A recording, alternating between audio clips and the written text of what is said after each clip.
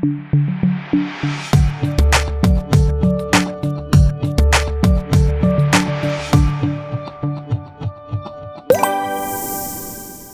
everyone, buckle up for a new episode of Bumpaholics, the one and only podcast made to teach on all stages of the arrival of baby, before, during, and after.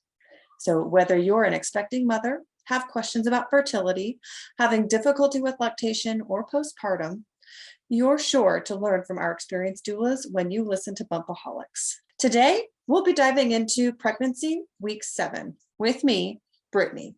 Join us in the comment section for today's episode of the Trimester Journey.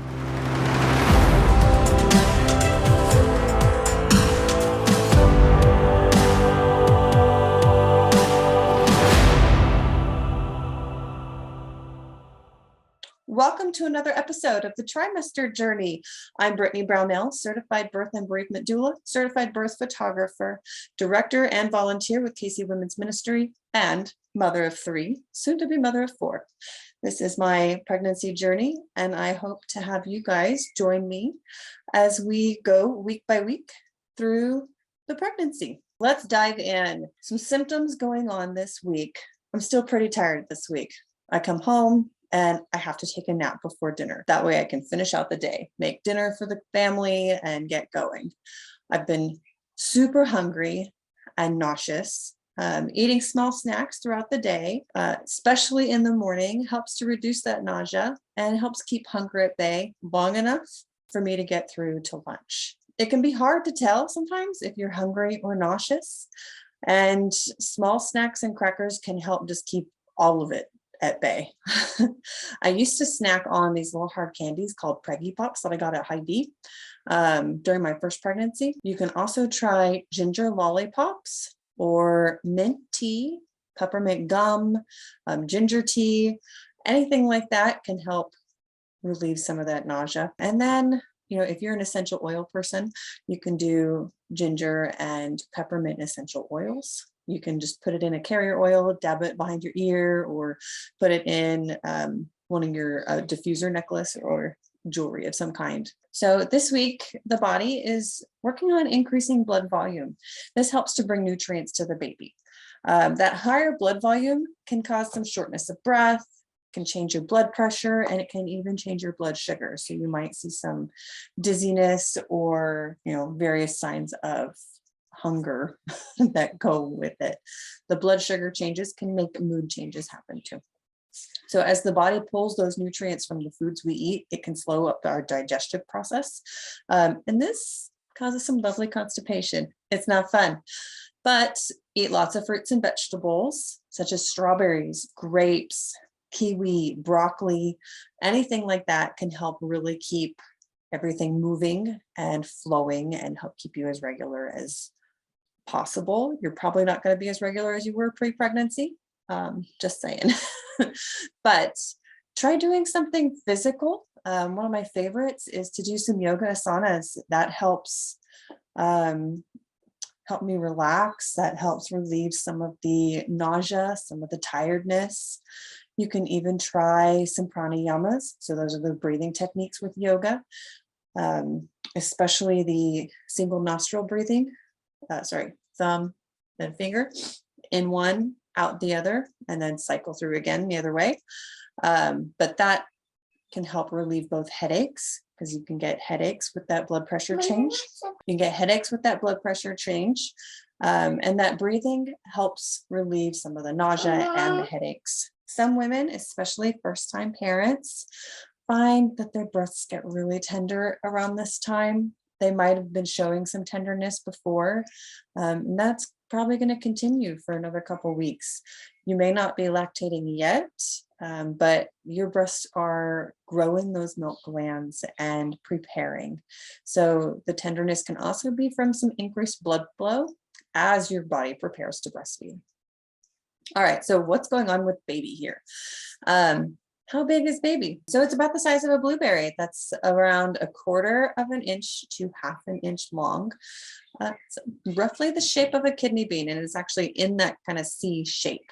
Some more growth and development. Baby can produce urine and some bubbles in the eyes. The eyes are actually more like a cup-like structure. They're kind of concave and they're just kind of these black holes, but their brain is growing. It's growing probably about 100 cells per minute. It's huge, it's a huge growth, and it needs that folic acid to keep that up. Last week, our baby still had flippers instead of arms and hands and a tail. But if you were to look inside right now, you'd see some legs start beginning to form and maybe even some toes. So with the growth of those limbs, the baby's heart, kidneys, and even the teeth buds, like the just those little beginning mounds of teeth, they're not showing yet. You don't usually have babies born with teeth. Growing in more complexity through this week. And as incredible as it sounds, their heartbeat has probably already started beating. It's just a tube right now. It's starting to get more complex, but it is beating. It's still pretty faint, so your provider probably won't be able to find it. They might try, but they probably won't be able to find it if they went to look, especially with the Doppler. But it is beating. So some nutrition for us this week. We need to drink plenty of water. As your body increases your blood volume, water helps to give your body what it needs to increase that blood volume. So, and then you also want to make sure that you and your baby have a healthy urinary tract, and that your baby is able to replenish their amniotic fluid. So all the water that you're drinking, even though it means you have to go to the bathroom more frequently, not fun, but it's part of it. It means your baby has what it needs to continue to grow.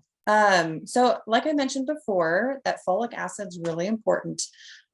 It's what helps build the proper brain development and neural tube and spinal column for your baby.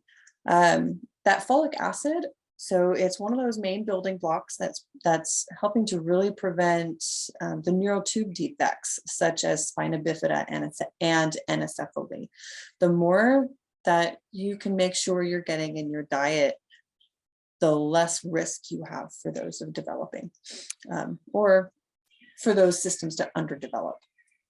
So this week I started to have some food cravings. Just the other day I was at work. Hunger hit in the middle of what I was doing, of course, like it does, hard and fast.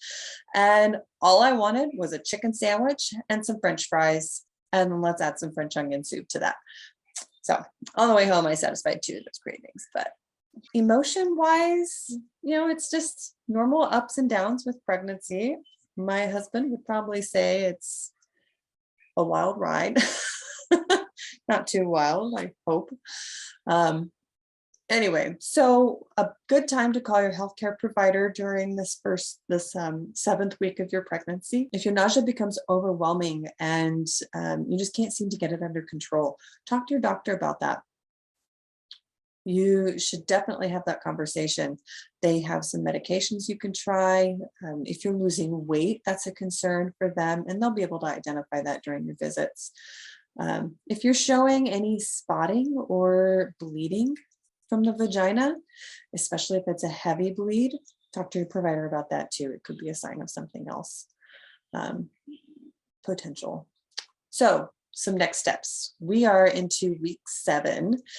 If you haven't started thinking about this already, it's time to start thinking about your medical provider. Who do you want to support you through your pregnancy and the birth of your baby? Do you want that to be an OB or a midwife?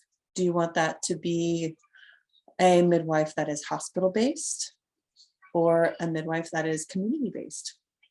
Now, I say hospital-based because a birth center is similar in structure for the midwife. So that would be a certified nurse midwife at a birth center and a hospital, and your community midwives can be a certified nurse practitioner, nurse midwife, but chances are they're more likely to be a certified professional midwife.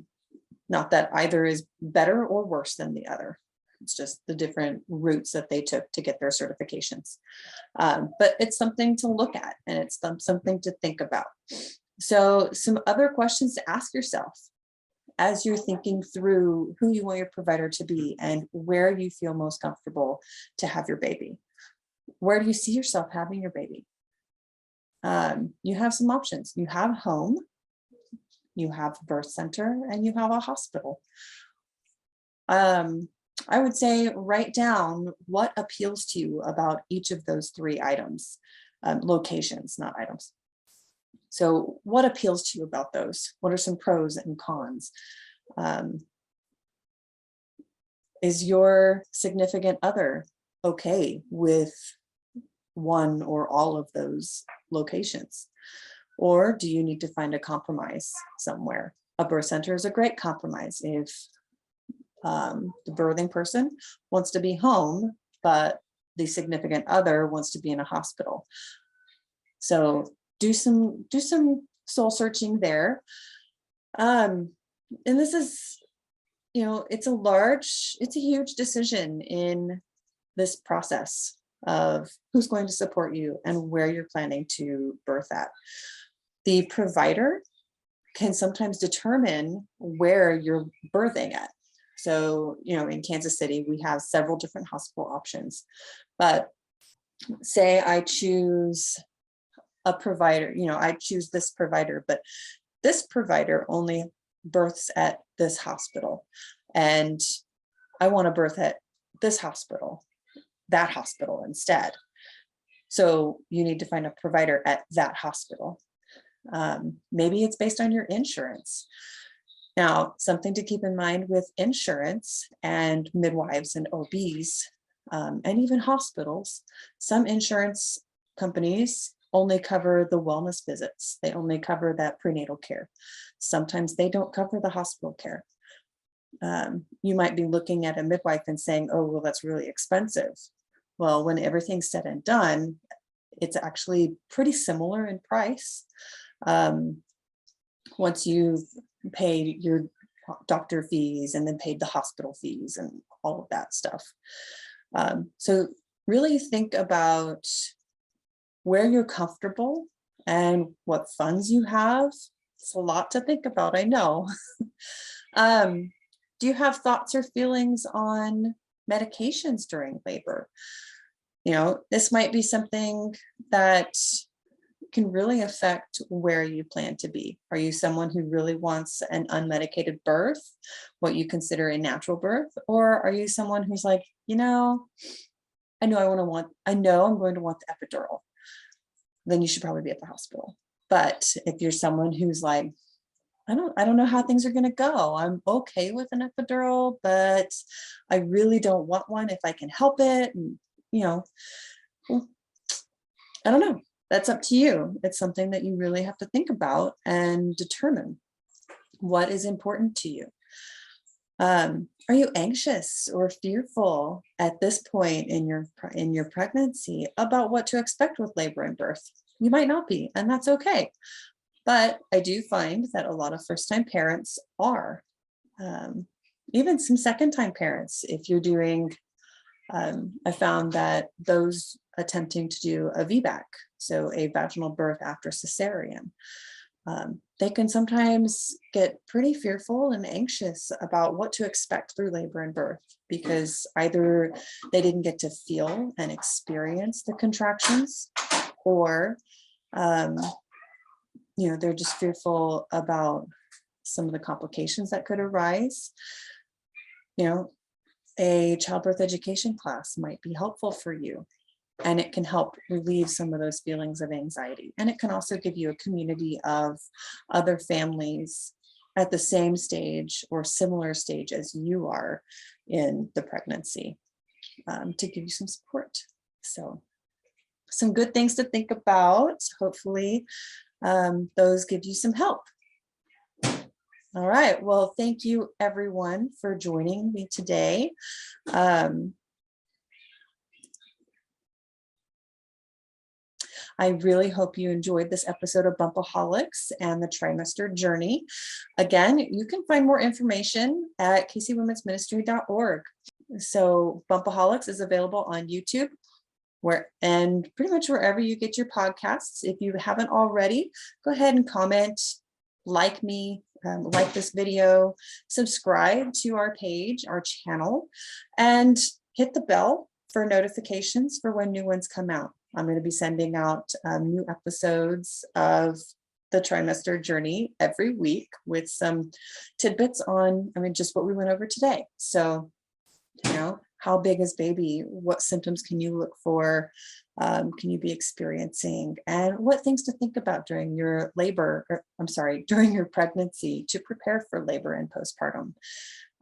So thank you for listening to Bumpaholics, KC Women's Ministry, a KC Women's Ministry podcast. For more information, go to kcwomensministry.org. Love having you here.